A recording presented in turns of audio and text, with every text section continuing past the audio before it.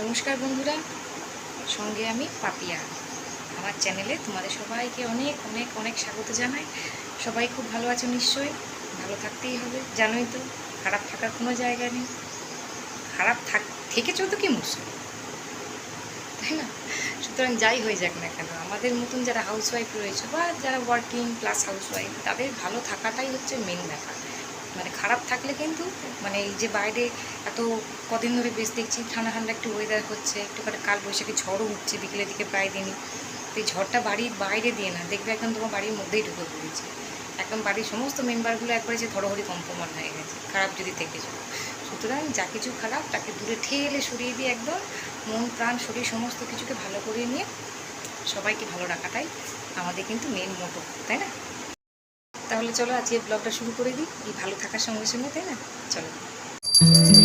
সকালের সমস্ত বাসি কাজকর্মের পর্ব ঝামেলা যা কিছু আছে একেবারে মিটিয়ে টিটিয়ে দিয়ে সোজা চলে এলাম ঠাকুর ঘরে, ঠাকুরের কাছে সারা দিনের মনের সমস্ত কিছু কথা ছোট্ট একটু সময়ের মধ্যে বলার জন্য। আমাদের তো এইটুকুই হাতে সময় না ঠাকুরকে সমস্ত কিছু জানাবার, বাকি সারাটা দিন তো সময় পায় না, নিজের জন্যই সময় পায় না, আবার ঠাকুরের জন্য কি সময় পাবো, তাই না? তো যাই হোক, ঠাকুর পুজোটা করে নিলে সকাল সকাল নিজেরও মনটা ভালো লাগে আর একটা আলাদা এনার্জিও পাওয়া যায়।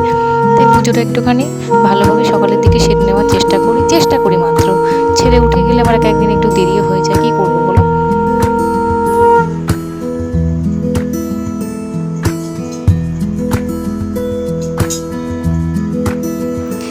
দেখবে আমাদের মনের এই চাওয়া পাওয়া, আনন্দ দুঃখ যা কিছু সমস্ত ছোট ছোট জিনিস আমাদের আষ্টে পৃষ্ঠে বেঁধে রেখেছে না, এই সব কিছুই কিন্তু আমরা শুধুমাত্র একজনকে ভালো করে বলতে পারি, আর তাকেই বলে একমাত্র মনের শান্তিটা পাওয়া যায়। দুধটা এইমাত্র দিয়ে গেল, এবার একটু গরম করে নি। ছেলেটা এখনো ঘুমোচ্ছে। সকাল সকাল উঠে গেলে না খুব সমস্যা হয়, তার থেকে একটু যদি বেলা করে ওঠে কাজগুলো হয়ে যায় অনেকটা। সারাদিনে সংসারের সমস্ত কাজকর্মের মধ্যে সব থেকে বেশি মনে হয় যুদ্ধ করতে হয় এই কাজটা করতে গিয়ে। কার সাথে? আবার সূর্যি মামার সাথে কম যুদ্ধ করতে হয় এই জামা কাপড়গুলো মেলতে, আবার ঠিকঠাকভাবে সময় তুলে নিতে। বাপরে যা রোদ, এক সেকেন্ডও রোদে দাঁড়ানো যাচ্ছে না একদম। সকালের দিকে রোদ তাও কীরকম চড়া হয়ে গেছে দেখো।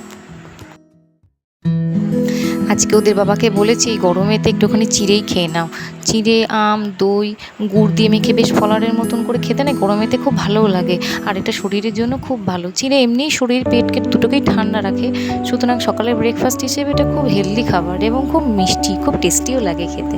তাই আজকের বাবাকে এটাই ব্রেকফাস্টে আমি দিয়ে দিলাম।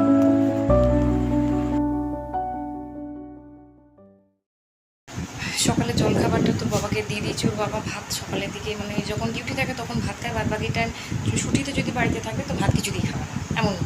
ঠিক আছে, তো তার জন্য আজকে একটুখানি দেখলাম যে ও আর রুটি খেতে চাইছে না, এই গরমে তার আমারও ভালো লাগছে না, তো একটুখানি চিড়েই মাখিয়ে দিলাম কলা দিয়ে দই দিয়ে। তো ওর বাবা টিফিন হয়ে গেছে, আমি একটু সকালের দিকে লাঞ্চে তো ভাত খাই, কিন্তু টিফিনে জলখাবারেতে একটুখানি ভাতই খেয়ে নিই। ভাতটা খেলে অনেকটা দম থাকে, কারণ মেয়েটা স্কুল থেকে বেরো অনেকটা দেরিতে, প্রায় তখন খেতে খেতে আমার 3টে বেজে যায়, ওকে নিয়েই বসি তখন লাঞ্চ করতে। তো সেই জন্য এই টাইমটা একটুখানি ভাত খেয়ে নিই, তাহলে অনেকটা শরীরে এনার্জি থাকে আর কি। তো আমি খাবো ভাত, ও খেলো চিড়ে, ছেলেটার অল্প একটু ডালিয়া করে রেখেছি টিফিনে খাবে। তো যাই হোক, টিফিনে জলখাবার গল্পটা মিটে মোটামুটি যাচ্ছে, হয়ে গেছে। এবার দেখি আগে কি বাকি আছে রান্না করতে। ভাতটা আগেই বসিয়ে দিয়েছিলাম সকালবেলায়, প্রতিদিনকার অভ্যেস, ভাতটা ওই জন্য হয়ে গেছে।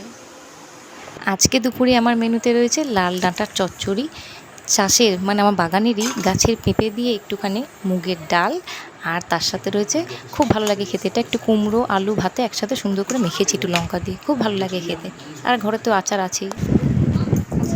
আজকের ব্লগটা তাহলে এখানেই শেষ করলাম। ভালো থেকো সবাই, তোমরা সুস্থ থেকো, দেখা হবে আবার পরের দিন। টাটা।